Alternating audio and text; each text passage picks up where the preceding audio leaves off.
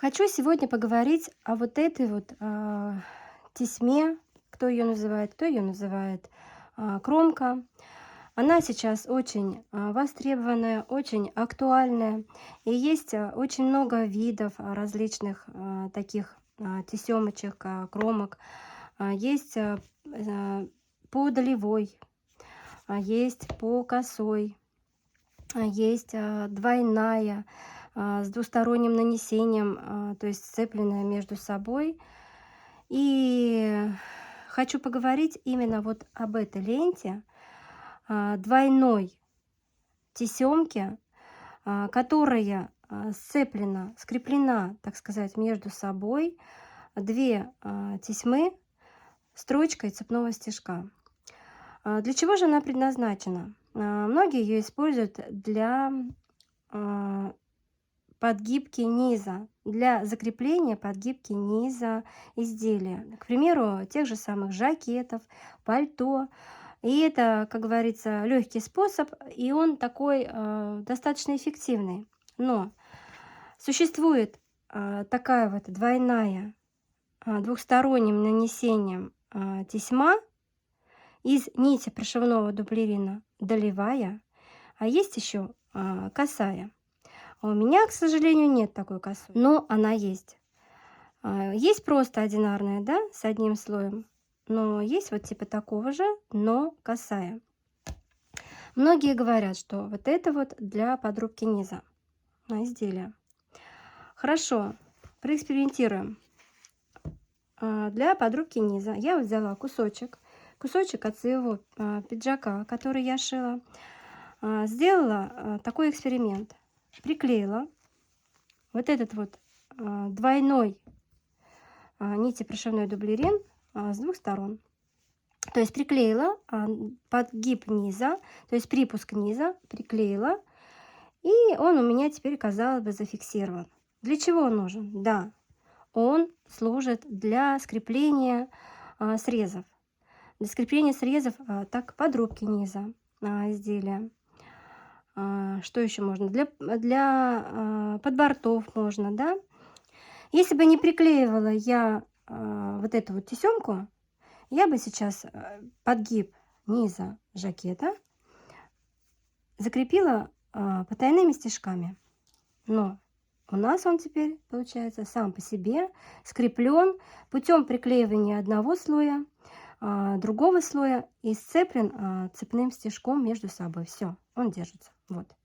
Вот для чего служит вот эта вот тесьма двойная. Да, совершенно верно, для подрубки низа. Но смотрите, в данный момент речь идет о долевой тесьме.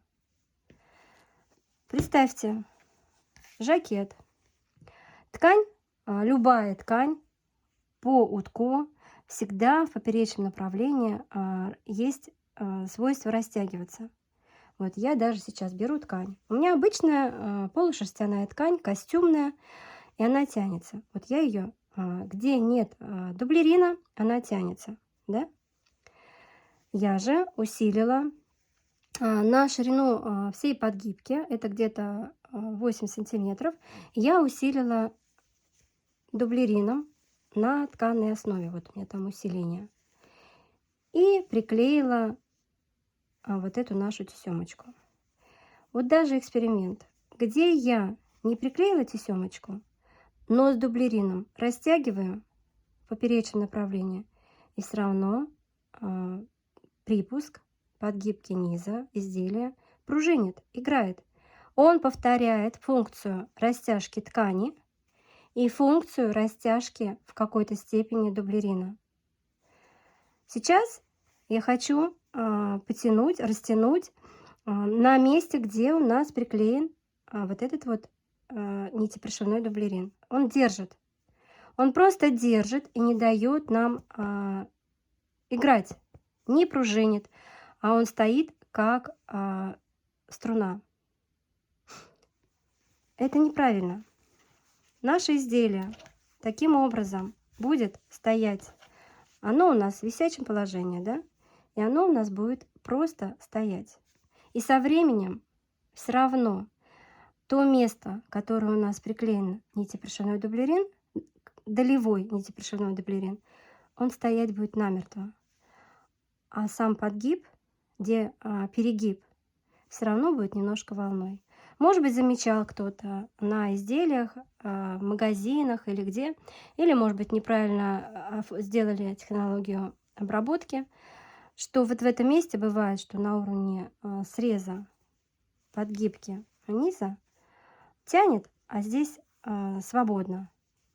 И это означает о том, что приклеили, возможно, полоску долевой нитепришивной, возможно, приклеили дублерин в поперечном направлении, то есть не повторяющий раскрой детали основы, то есть раскрой самой детали вдоль длины, а дублерин в поперечном направлении. Это грубое нарушение.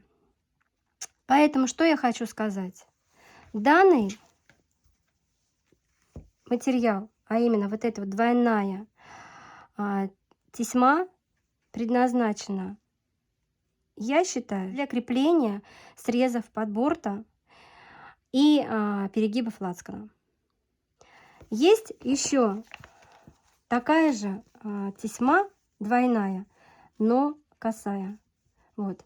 У меня есть каталог с продукцией. Вот косая. Видите? Вот она есть. Ее просто надо найти. Но данную тесьму на подгиб низа использовать ни в коем случае нельзя. Я вот не пожалела. Взяла свой жакет и распустила через рукав. Не поленюсь и покажу, каким образом можно закрепить вот эту долевую тесьму по срезу борта.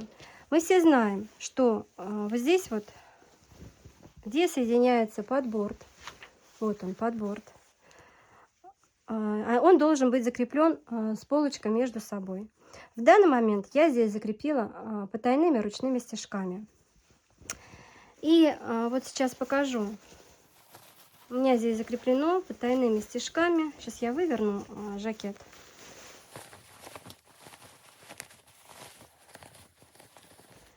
И обязательно нам нужно его закреплять. Вот у меня здесь закреплено. Здесь срез борта, а именно полочка раскроена по долевой. Значит, мы имеем право использовать вот такой вот двойной нитепришивной дублерин, а именно тесьму двойную из нитепришивного дублерина по срезу борта закрепить, скрепить между собой и по лацкану. Вот здесь вот у меня лацкан тоже закреплен, но закреплен тесьмой. Линия перегиба лацкана, вот она, просто закреплена. Но вот этой вот полосочкой закреплять можно. Но на подгиб низа, вот я выверну сейчас подгиб низа, на подгиб низа здесь у меня тоже закреплено потайными стежками, вот на полочке, на спинке, да, закреплено в местах боковых швах, в местах рельефа. Здесь вот у меня закреплено. На подгиб низа я советую такой вот двойной нитепришивной дублерин, но косой, только косой. Если у вас нету косого, не используйте долевой, а лучше подшить потайными закрепляющими стежками, и ничего ему не будет, никуда он не денется, будете носить вечно. Но если вы будете использовать именно вот такой вот долевой нитепришивной дублерин двойной на подгиб низа, со временем вы потеряете внешний вид изделия, и у вас может деформироваться нижний подгиб и потеряется внешний вид. Поэтому Многие проголосовали, что на подгиб низа можно использовать. Можно, но косой. А долевой только для крепления подборта с полочкой и на перегиб лацкана. Вот. Вот в каталоге видно, что есть еще и косой. И он, поверьте, есть.